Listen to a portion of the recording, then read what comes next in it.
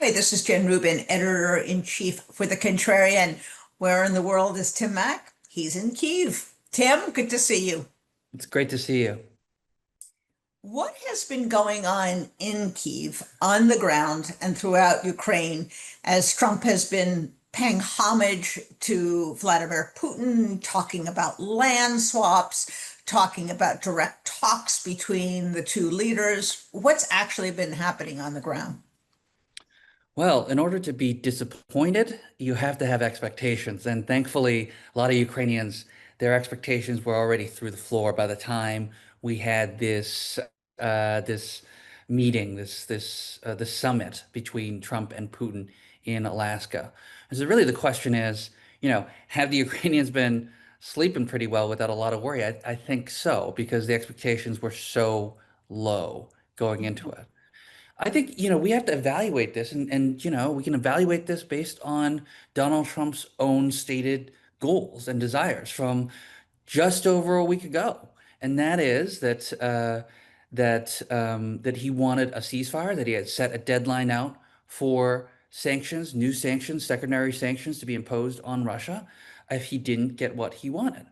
But now here Yeah. we are, a week after all of this, and we have no sanctions. We have no deadline. We have no ceasefire. We have no meeting between either a trilateral or bilateral meeting. And we have no plan for how to move this process forward.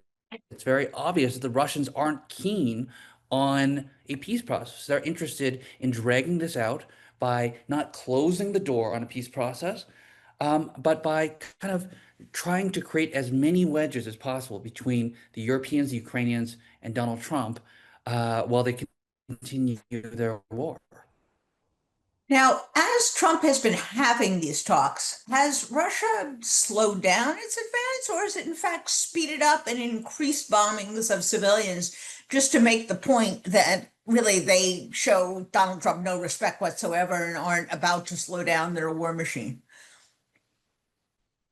Well, I haven't seen the exact figures, but I do know that the attacks continue and civilians continue to die. And so I don't have this week's figures compared to last week's figures.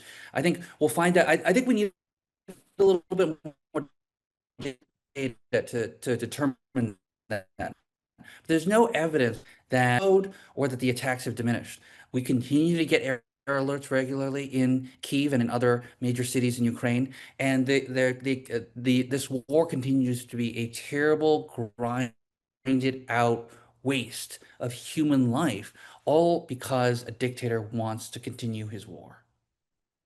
What was the impression of the Europeans who kind of acted as a, I don't know, offensive line for Zelensky as he went into the White House? They seemed both in the meeting and afterwards to be playing the role, frankly, the United States used to play as a kind of defender of the democratic Sure. victim of Putin's aggression. Well, the thing about this is that the reason why the United States was able to hold this role for so long in the post-World War II era is because it was able to speak with one voice. And even as the Europeans generally agree, they all had different kinds of strategies that they want to put forward and different levels of support that they wanted to bring. For example, with regards to security guarantees, um, that's really been the problem of European powers, the fragmentation of it. And at the end of the day, you do need American leadership on the world stage to protect democracy and promote democratic interests. And that's what's sorely missing now. And that's why we've had such a chaotic back and forth, this whiplash of a week where I can't even believe it's just been a week where we had the Alaska summit, the European leaders meeting in Washington, D.C., and in the subsequent confusion over what was actually agreed in Alaska, right? That usually when you have these peace negotiations, in the best circumstances, they are difficult processes. You have two sides, they're belligerent, there's a lot of emotion involved. But even putting aside the emotion, there's a lot of very differing strategic interests. And usually, what the United States or other mediators try to do is try to find creative ways to bring these interests together and find a way to stop a conflict. But in order to do that, you have to be super knowledgeable, you have to be super original and creative, and you have to be very patient. None of these things would describe Donald Trump's approach to this situation. And so what you have is actually Trump emerging to be a very unreliable mediator because he'll talk to Putin, then he'll go back to Europeans and say something that's not quite true. For example, he told the Europeans, yeah, Putin is open and interested in the West providing security guarantees for Ukraine. Wonderful if true. But the second I heard that, I knew, and I've written about this. The second I heard that, I knew, yeah, I mean, that doesn't sound like something that Putin would say, because one of the major reasons why Putin claims to have invaded Ukraine was to prevent the provision of security guarantees to Ukraine. I'd be very skeptical. And in the days since that, much of the summit at the White House was spent talking about security guarantees. In the days since that's happened, the Russians have clarified, hey, well, we never agreed to this. We wouldn't agree to this. And so we have all this wasted time and diplomatic energy put around an issue that was a non-starter for the Russians to begin with. And that is really going to drag this process out. And this is why, if you can't have a reliable mediator, and Trump hasn't proven to be one, it's going to be very, very, very difficult to use the United States as a way to put the parties together for peace. And normally, a summit is used once you have some kind of deal in place. You don't just throw these people in there, particularly when you have someone like Donald Trump who doesn't get into the details, who hears what he wants to hear, who could be manipulated. So that you came out, and as you said, there was no agreement on who had agreed to what. One thing that I'm curious about, Donald Trump keeps talking about land swaps, and that's Putin language for give us what we've got and give us some more. There's really nothing going back the other way. Where do you think that stands? And is that just Donald Trump, beginning to parrot the Putin line, or is there some serious contemplation of that kind of capitulation? Well, you're right. I mean, land swaps is just another term for we'll give you back your own land in return for land we have not yet conquered yet. Yes. So a couple points on that. First point is non-starter from the Ukrainian perspective.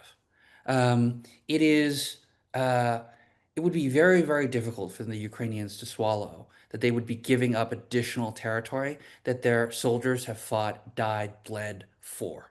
That's one initial point. And then my second point is that when you look at a map, it can be somewhat misleading, right? These are not just lines and boxes on a map. That specific territory that Russia is asking for, kind of surreptitiously in a sneaky way, is this territory and in the east of Ukraine that is on the other side of these very, very strong fortifications that Ukraine has built and used to defend its territory for now more than a decade. It's called the fortress line. So what they say they want is, hey, give us all this territory on both sides of this fortress line. Now, if they were to attack Ukraine again, and without security guarantees, there's no reason to believe they would stop, they would do so on the other side of these very strong defensive fortifications. So it's not just a matter of, a sliver of territory or a shape on a map. Very specifically, that area has strategic benefit to Ukraine. It's held back the Russians for now more than a decade. The Russians want to start again on the other side of those fortifications. The Ukrainians aren't going to be willing to give that up. Right now, we are not giving aid, military aid to Russia, but we are allowing the Europeans to buy weapons and then give them to Ukraine. Is that at a level that is sustainable for Ukraine? Is that sufficient? And where are we on the ramping up of the Europeans' own defense capability and manufacturing capability? Well, here's the thing. While we know that in public, it's been stated that Donald Trump is willing for the Europeans and countries in NATO to purchase American weaponry and provide it to Ukraine, we don't know that any of that has actually happened yet. We're not aware that it's actively underway. Um, they don't well, of course, I understand why they don't announce, hey, we're shipping a Patriot air defense system into Ukraine as we speak. I get why they don't say that, but there's also no evidence for us to be able to hold that claim accountable. And we know how often Donald Trump says things and then doesn't follow through. So it's not clear to me that this is actively underway, how long it might take for that to occur. It's very difficult for me to know. I do know that before the sale of these systems to NATO countries, uh, Ukraine was in a pretty difficult situation air defense wise. Didn't have only had enough interceptors for a short period of time to defend their cities. That has not been raised again more recently. So it's possible that some of the stress has been alleviated, but we just don't know. One of the things that came out just in the last 24 hours or so was a statement by Tulsi Gabbard that we are no longer going to share intelligence with the Five Eyes. These are the other European powers who we have had and Canada, who we have had a long-term intelligence sharing operation that is to everyone's benefit. Now, it may be well that the Europeans don't want to share anything with Donald Trump, but be that as it may, this would seem to have implications for Ukraine as well. If we're not sharing information with the Europeans aren't sharing information with us. Donald Trump turns on and off the switch on what he's willing to share to Ukraine. That seems to be a very dangerous situation. Well, it's another sad reflection of the fracturing of the transatlantic alliance. That it used to be there was very, very little difference between European views of the democratic world and American views of the democratic world. And now you're seeing the isolation of the United States, that America first was always America alone, that America is not interested in having the close relationships that it used to have. And there are all sorts of negative consequences, second and third order consequences that will come about from that. That it's a signal of distrust and it's a signal of, I mean, this is not, hey, let's put, Five Eyes is not a press release organization, all right? It is a network of spies from five Western, well, I should say democratic countries. Um, and these countries have worked together for many decades as part of, as I mentioned, the post-World War II order of trying to promote democracies and sharing information. It's often very beneficial to have a network of countries sharing information together because as influential and as powerful as the CIA and other intelligence community agencies might be, it's always great to have Australian and Canadian and British intelligence because they've got other sources of information. So it's a big signal and a very worrying one about the future of our friendships with other countries, and whether we're sending a signal that we can't trust you, and they in turn are going to think, well, we can't trust you either, and and due to the last, yeah, it could possibly lead to a circular pattern by which mistrust continues and accelerates. Absolutely. Final question for you. Donald Trump has this notion that Zelensky and Putin were going to get in a room together. That seems highly unlikely to me, given the fact that Putin doesn't recognize that Ukraine is a real country and doesn't recognize that Zelensky is a sovereign leader of a separate country. Is this more fantastical thinking on Donald Trump's part? It would seem that any kind of arrangement is going to have to be done in a trilateral or multilateral function, the way Middle East negotiations go on, because the two parties don't consider themselves to be on a level playing field. Well, I think you're right on the money when it comes to the fundamental objection that Putin would have in meeting with Zelensky, multilateral or trilateral or bilateral. Um, Zelensky and Putin have met once, but many years ago in person in 2019, and certainly have not come face to face since the full-scale invasion began in 2022.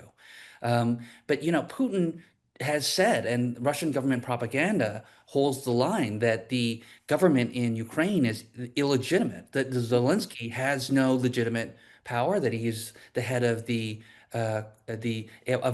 Nazi regime, which to use their language. And so, how do you go from that to then telling your people, well, actually, I'm meeting this awful person who has no legitimacy. The ultimate goal of Putin and the Russian government at this moment is not just to take land or cities. It's ultimately to diminish and suppress and ultimately wipe out this idea of Ukrainian sovereignty and independence and identity. That is the ultimate goal, to prevent Ukraine from having its own pathway, separate and apart from Russia. And it can do that by waging war. It can do that by preventing the Ukrainian economy from recovering after the war. It can do that by fomenting unrest within Ukraine. All those things I expect Russia to be engaged in the near future because it does not want a democratic success story on its borders. Absolutely. Well, Tim, as always, you are a wealth of information and insight, and we appreciate it. And we're going to continue to follow this, and hopefully, Ukraine will hold on until a better and more principled American president is in the White House. But it's going to be a long road, and 3 years is an awful long time to wait for someone on the scene. So, thank you as always. Stay safe, and we will see you next time. Thanks, Jen.